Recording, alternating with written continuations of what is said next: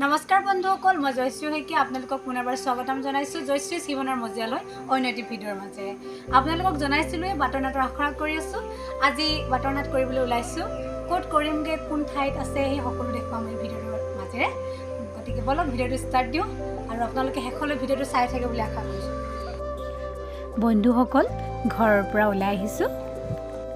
এইফালে চাওকচোন, পানী তোলালৈ যোৱা যায় আৰু অন্য দিশত আমাৰ গাঁৱলৈ সোমাই যায়। এইটো আমাৰ গাঁৱৰ প্ৰথমটো চাৰিআলি। মই গাড়ীখন অহালৈ ৰৈ আছোঁ। ইতিমধ্যে ককাইদেউহঁত আহি পালে। তেওঁলোকৰ সৈতে আমি গন্তব্যস্থানলৈ গৈ আছোঁ। আমাৰ গাঁৱৰ সেউজীয়া পৰিৱেশ উপভোগ কৰি কৰি আমাৰ গন্তব্যস্থান পাবলৈ প্ৰায় আধা ঘণ্টামান লাগিব। গতিকে বলকচোন গৈ থাকোঁ। বন্ধুসকল, আপোনালোকক আগৰ ভিডিঅ'টোত কৈছিলোঁৱেই যে বিত্তীয় সজাগতা সৃষ্টিৰ উদ্দেশ্যে অসম গ্ৰামীণ বিকাশ বেংকে এই পদক্ষেপ হাতত লৈছে। আৰু আগৰ ভিডিঅ'ত উল্লেখ কৰাৰ দৰে আজি গুইজানত আমাৰ এই বাটৰ নাটখন প্ৰদৰ্শন কৰা হ'ব। আহি আমি আমাৰ স্থান পালোহি। গুইজানৰ ছাত্ৰ সন্থাৰ কাৰ্যালয়ৰ কাষতে লাগি থকা গুইজান গাঁও পঞ্চায়তৰ কাৰ্যালয়ত আমি প্ৰথমে উপস্থিত হৈছোঁহি।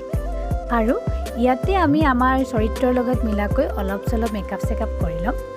নহ'লে চৰিত্ৰৰ লগত যদি চেহেৰাটোৱে নিমিলে নাটকখন চাই ভাল লাগিব জানো, নহয়নে? পঞ্চায়তৰ কাৰ্যালয়ত উপস্থিত হৈ দেখোঁ আমাৰ কাৰণে বহুত মানুহ ৰৈ আছে।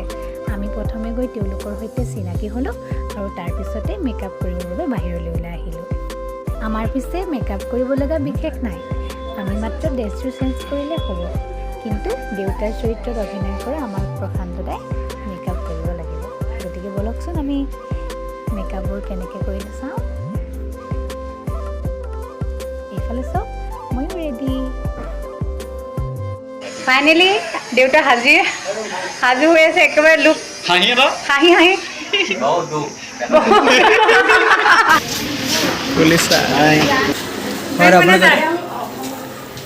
মোৰ বন্ধু অজিত শইকীয়া, আমাৰ দালালি। চশমাটো খুলিলেও ন চিনি পাব দে পাপা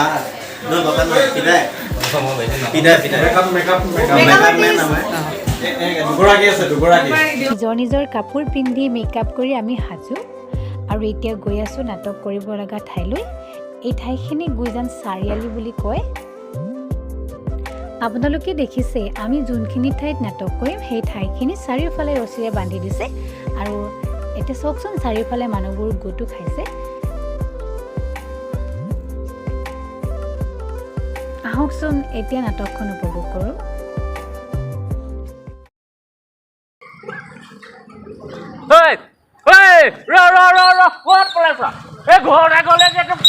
নাই বুলি কয় আজি তোক হাতে লুটে পালো দে, মোক পইচা দে দে।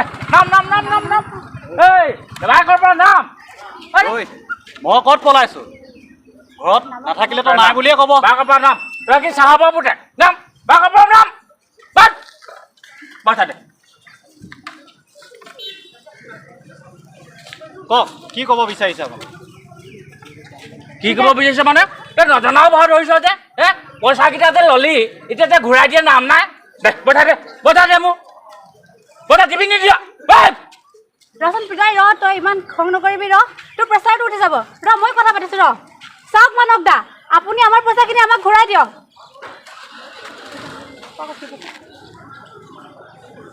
কি পইচা? নাই দেই। কি পইচা তোৰ খাতি?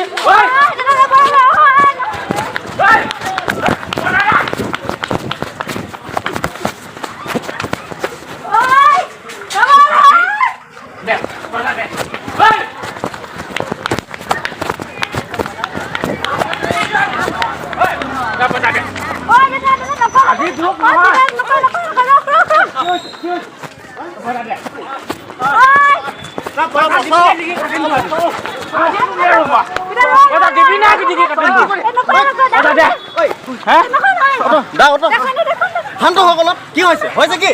আমি আছো নহয়। আৰে কি হৈছে কি? কি হৈছে ভাইটি? সমস্যাটো কি?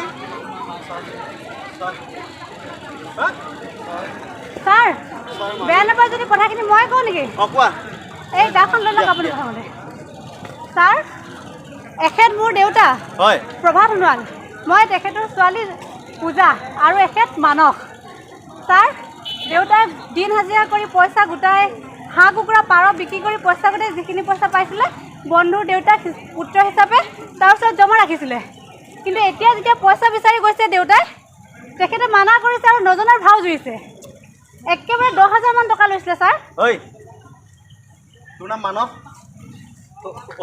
হয় ছাৰ এখেতক চিনি পোৱা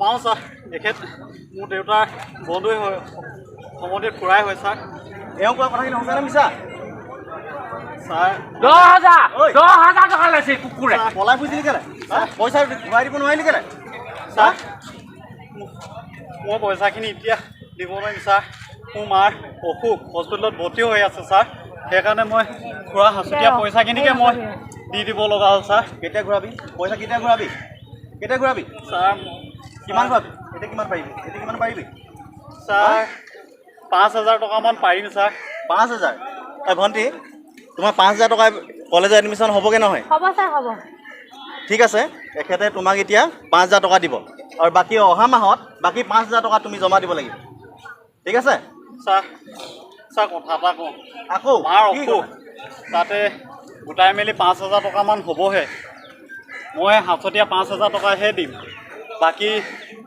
থকা সেই 5,000টো যে ছাৰ মই মিলাব লাগিব যে মাহেত দুটামান ল'ম ছাৰ 2,500 টকাকৈ দিম হ'ব নহয় সোধকচোন এওঁ কৈছে অহা মাহত আপোনালোকক দুটা কিস্তিত 2,500কৈ 5,000 টকা ঘূৰাই দিব হ'বনে নহয় হ'ব ছাৰ হ'ব সেনেকৈ দিলেও হ'ব ঠিক আছে পইচা দিয়া নাম না কুকুৰৰ কিন্তু এনেকৈ নহয় আমি এতিয়া থানালৈ যাব লাগিব হা থানাত গৈ পিনে আপোনালোকৰ চুক্তিপত্ৰ কৰি দিম যাতে দুটা মাহত দুটা কিস্তিত 2,500 টকাকৈ আপোনাৰ সম্পূৰ্ণ টকাখিনি উভতাই দিম হ'ব ছাৰ হ'ব হ'ব তেনেকৈ হ'ব ছাৰ অঁ ঠিক আছে তেতিয়াহ'লে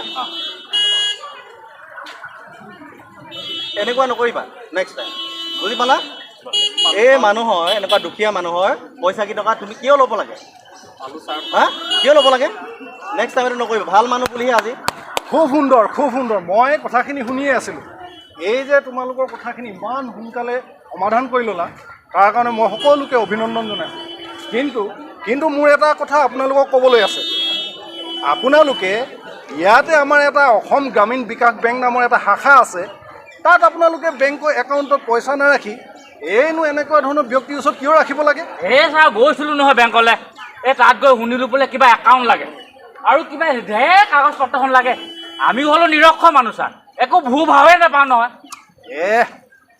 তুমি সেইটো ভুল বুজিছা আৰু তুমি এগৰাকী শিক্ষিত ছোৱালী হৈ দেউতাক জানো এনেকৈ এৰি দিব লাগে আনৰ হাতত এনেকৈ পইচা থোৱাটো ভাল কথা হয় জানো আপুনি কোনহে এনেকৈ যে আমাক বুজাইছে কোন হয় আপুনি এখেত মোৰ বন্ধু শ্ৰী অজিত শইকীয়া এই আপোনালোকৰ কাষতে থকা অসম গ্ৰামীণ বিকাশ বেংকৰ এখেতে শাখা প্ৰবন্ধক মানে ব্ৰাঞ্চ মেনেজাৰ নমস্কাৰ মই আচলতে এটা কথাই আপোনালোকক কৈ যাব বিচাৰিছোঁ যে বেংকত পইচা ৰাখিলে পইচাবিলাক আমাৰ সুৰক্ষিত হৈ থাকে আৰু যদি ব্যক্তিগতভাৱে এনেকুৱা ধৰণৰকৈ পইচাবিলাক জমা ৰখা হয় তেতিয়াহ'লে এনেকুৱা ধৰণৰ অলপ খেলি মেলি আহিবই গতিকে ইয়াত আজি আমি যিমানখিনি মানুহ ইয়াত আবদ্ধ হৈছোঁ আমি এটা কথাই লৈ যাব লাগিব যে আমাৰ সাঁচতীয়া ধনসমূহ বেংকত জমা ৰাখিব লাগে আৰু অসম গ্ৰামীণ বিকাশ বেংকে আমাক ৰাইজৰ কাৰণে বহুত সুবিধা দিছে আঁচনি আছে বিভিন্ন ধৰণৰ আঁচনি আছে এইবিলাকো আপোনালোকে জানিব পাৰিব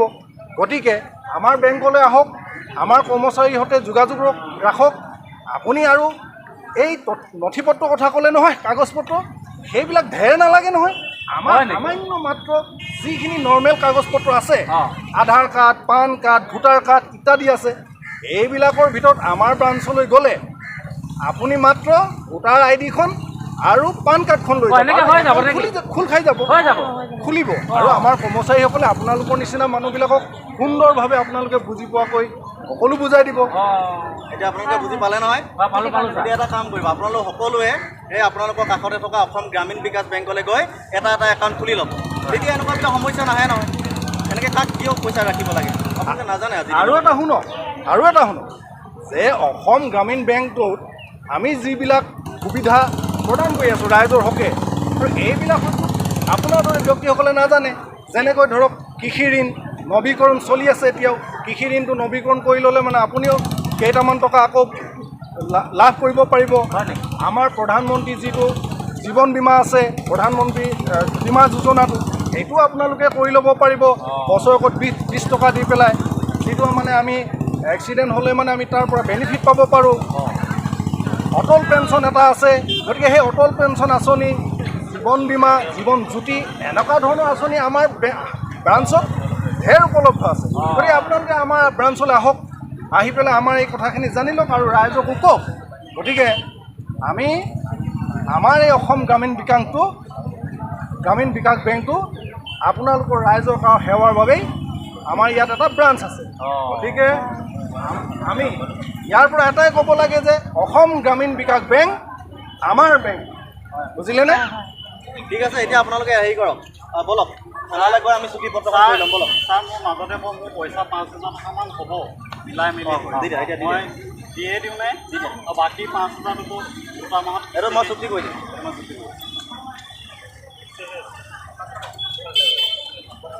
তোমালে পইচা কৰিলে আৰু কিমানৰ পৰা লৈ থৈছাহে তুমি? হা,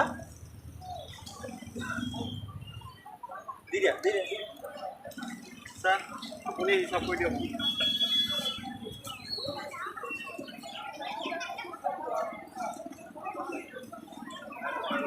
তুমি এতিয়া কলেজত গৈ এডমিশ্যনটো লৈ ল'বা হা, আৰু নেক্সট টাইম তেনেকুৱা নকৰিবা দেই। ব'লক চুক্তিখন কৰি লৈছোঁ, ব'লক। নহ'লেও হ'ব নেকি? হা, এইবিলাক মিছাকৈ এই ক'লেই দেখোন বোলে কিবা ঘৰৰ অসুখ হ'ল, মাকৰ অসুখ হ'ল, সেইবাবে টকাকেইটা খৰচ কৰিলে। আৰু এটা বন্ধুৰ পুত্ৰ যেতিয়া মোৰো পেটে দিয়াচোন, তেনেকুৱা ভুল নকৰে আৰু কেতিয়াও। হয় খুৰাদেউ, মোৰ ভুল হৈ গ'ল। মই আপোনাক পইচাখিনি নিদি বহুত ডাঙৰ ভুল কৰিলোঁ। এতিয়া আপোনাক 5,000 টকাটো দিলোঁ ছাৰ, বাকী দুটা মাহতে মই কিস্তিকে ঘূৰাই দিম। মোক মাফ কৰি দিব খুৰাদেউ। হ'ব দে বোপাই, হ'ব দে। হ'ব বাৰু। নাটকৰ শেষত অনিমেষ ককাইদেৱে সাংবাদিকসকলৰ সৈতে বাৰ্তালাপ কৰি আছে আৰু ময়ো এই চেগতে কিছু লোকৰ পৰা ফিডবেক ল'বলৈ চেষ্টা কৰিলোঁ। আহকচোন শুনো তেওঁলোকে নাটকখনৰ বিষয়ে কিনো ক'লে। আমাৰ ইতিমধ্যে বাৰ্তালাপ কৰি শেষ হৈ গ'ল আৰু আহকচোন ককাইদেউ কেনেকুৱা লাগিলে জানো। আৰু ককাইদেউৰ কথা সকলোৱে জানে, আমাৰ গাঁৱৰ আটাইতকৈ শ্ৰেষ্ঠ বুলি যদি কওঁ আমি যুৱ সমাজৰ ভিতৰত আটাইতকৈ শ্ৰেষ্ঠ ব্যক্তি বুলি আমি ভাবি লওঁ আৰু তেখেতৰ লগত কাম কৰি বহুত সুখী। গতিকে আহকচোন কি কয় শুনো ককাইদেউ। নহয়, নিশ্চয়কৈ জয়সীয়ে যিমানখিনি কথা আপোনালোকৰ আগত ব্যক্ত কৰি দিছে মোৰ হৈ, মই মানে অকণমান ইমান বুকু ফুলাই কৈ দিয়াৰ কাৰণে মোৰ অকণমান দ্বিধাই লাগিছে কথাখিনি ক'বলৈ। ঠিকে আছে, কথাটো এনেই কোৱা, অঞ্চলটোত বৰলা সাংস্কৃতিকভাৱে যিকেইটা কাৰ্যসূচী লোৱা যায় বা তাত কৰি থকা যায়, আমাৰ উদ্যোগতে নোহোৱা নহয়। তেওঁলোকে আমাৰ এই অনুসূচিত জয়শ্ৰী হওক, তেওঁলোককো কেতিয়াবা বিভিন্ন কাৰ্যসূচীত আমি জড়িত কৰোৱাওঁ। আকাশ আছে আমাৰ লগত। তো আজি আমাৰ অসম গ্ৰামীণ বিকাশ বেংক বৰগুৰি শাখা তিনিচুকীয়া, তেওঁলোকে এখন বাতনাটক কাৰ্যসূচী লৈছিলে বিত্তীয় সজাগতাৰ ওপৰত। গতিকে আমাৰ দলটোক ইয়াত খবৰ দিলে, আমন্ত্ৰণ জনালে আৰু এই গুইজান চাৰিআলিত আমি বাতনাটোৰ এটা কাৰ্যসূচী কৰিলোঁ আৰু বিত্তীয় সজাগতাৰ ওপৰত আৰু কৰি এতিয়া সামৰণি মাৰি এতিয়া যামগৈ আৰু ভাতৰ আয়োজন কৰিছে তেওঁলোকে, উপায়ৰ এটা ব্যৱস্থা কৰিছে, তালৈ যাম। গতিকে ভাল লাগিলে আৰু জয়শ্ৰী ব্লগটো আপোনালোকে চাই থাকিব। ধন্যবাদ। Thank you. এতিয়া আকাশ কিবা ক'ব? কৰি ভাল লাগিলে। আগতে জনাইছিলোঁ, কালি জনাইছিলোঁ আমি এনেকৈ কৰিবলৈ। আজি আপোনালোকক ডাইৰেক্ট পাৰফৰ্মেঞ্চেই দেখাই দিলোঁ আৰু আপোনালোকে কেনেকুৱা হ'ল আমাক জনাব দেই। বহুত ভাল কৰিলে আপোনালোকে, বহুত ধুনীয়া এড কৰিলে, চাই পিনি ভাল লাগিলে, কিবা বুজিও পালোঁ আমি। হয়, আপুনি কি ক'ব? মোকো ভাল লাগিলে, মানে বহুতেই ভাল লাগিলে। আৰু আজি এতিয়া বহুতেই মানে মানুহবিলাকে নাজানে না, সেইবিলাক মানে এই বাটৰ নাটক চাই কিনে মানে শিকিলে আৰু পইচা যে বেংকত থ'ব লাগে, আমি মানে এটা ধাৰণা পাইছিলোঁ। গুইজান বজাৰত আমাৰ বেংকৰ দ্বাৰা অনুষ্ঠিত যিখন বাতৰনাট আছিলে সেইটো বিত্তীয় সজাগতামূলক আছিলে আৰু এওঁলোকে বিৰাট ধুনীয়াকৈ প্ৰদৰ্শন কৰিলে। ভালেই লাগিছে বাতৰনাটখন চাই, আমি উপভোগ কৰিলোঁ, ভালকৈ কৰিছে। মানে গাঁৱৰ মানুহখিনিয়ে ইমান নাজানেতো যিখিনি কৰিব লাগে, মজা লাগিছে। ইয়াত যিখিনি চাইছে তেওঁলোকে মানে বুজি পাইছে আৰু এইফালে দাদাহঁতক চবেই এষাৰ কৰিলে অধেৰ নালাগে, অকলে ভাল লাগিছে। ভাল লাগিছে। ভৱিষ্যতে আৰু যেন তেনেকৈ আৰু ইয়াতকৈ আগবাঢ়ি যোৱা তাৰে কামনা কৰিছোঁ। থেংক ইউ ছ' মাছ। আপুনি ভালেই লাগিলে আজি বাতৰনাটখন। বন্ধুসকল, একেবাৰে শেষ হৈছে আৰু শেষত ময়ো মোৰো ফিডবেকটো দি দিওঁ। মোৰ খুব বেছি ভাল লাগিলে আজি। আচলতে এনেকুৱা এটা কথা, মই কোনোদিন নাটক কৰি পোৱা নাই বা অভিনয় কৰি পোৱা নাই, আৰু একে ৰাতিৰ ভিতৰতে তাতে বাটৰ নাটক বুলি ক'লে, যিকোনো দিশত অভিনয় কৰা বুলি ক'লে এটা অন্য এটা দিশ, যিটো মানুহ মানে বহুত বেছি ভালকৈ জানিব লাগিব। আৰু মোক ঘপকৈ ক'লে একে ৰাতিৰ ভিতৰত বাবুদাই আৰু বাকী সকলোৱে ফোন কৰি যেন মাতিলে, একে ৰাতিৰ ভিতৰতে যে এনেকৈ আনিলে, আৰু মোৰ মানে কিমানটো পাৰিছোঁ নোৱাৰিছোঁ নাজানো, ভয় লাগিছিলে, আকৌ উৎকণ্ঠা এটা জাগি আছে। তাৰপিছত কৰা সময়তো একেবাৰে ক'বই নোৱাৰোঁ কিমান ভয় লাগিছিলে। যেতিয়া কৰিলোঁ, মানে কি ক'ম, এটা অপ্ৰকাশ্য বুলি ক'ব লাগিব অনুভৱ, আৰু ভাল লাগিলে। এটা অভিজ্ঞতাটো কি মই হয়তো বুজাব নোৱাৰিম, কিন্তু বহুত এটা গোটেই জীৱন মনত ৰাখিবলগীয়া এটা অভিজ্ঞতা। প্ৰথম কৰিছোঁ, কিন্তু প্ৰথম অভিজ্ঞতাটো বহুত ভাল। ভুল ত্ৰুটি থাকিবই, যদিও সেইবোৰতো মই সুধি ল'ম সিহঁতক, কিন্তু ভাল লাগিলে। আজি মোৰ ভিডিঅ'টো মই ইমানতে সামৰণি মাৰিছোঁ। বিশেষকৈ শেষত মই পাপু ককাইদেউক ধন্যবাদ জনাইছোঁ। আমাৰ কাৰণে পাপু ককাইদেউ হয়, আৰু সকলোৱে অনিমেষ ককাইদেউ বুলি ক'লে চিনি পায় গাঁৱত পাপুদা। আৰু বহুত ভাল লাগিলে আজি কৰি। আপোনালোকেও যদি মোৰ ভিডিঅ'টো চাই ভাল পালে, তেনেহ'লে মোৰ ভিডিঅ'টো লাইক শ্বেয়াৰ কৰি দিব, আৰু মোৰ চেনেলটো ছাবস্ক্ৰাইব কৰি দিব। ধন্যবাদ।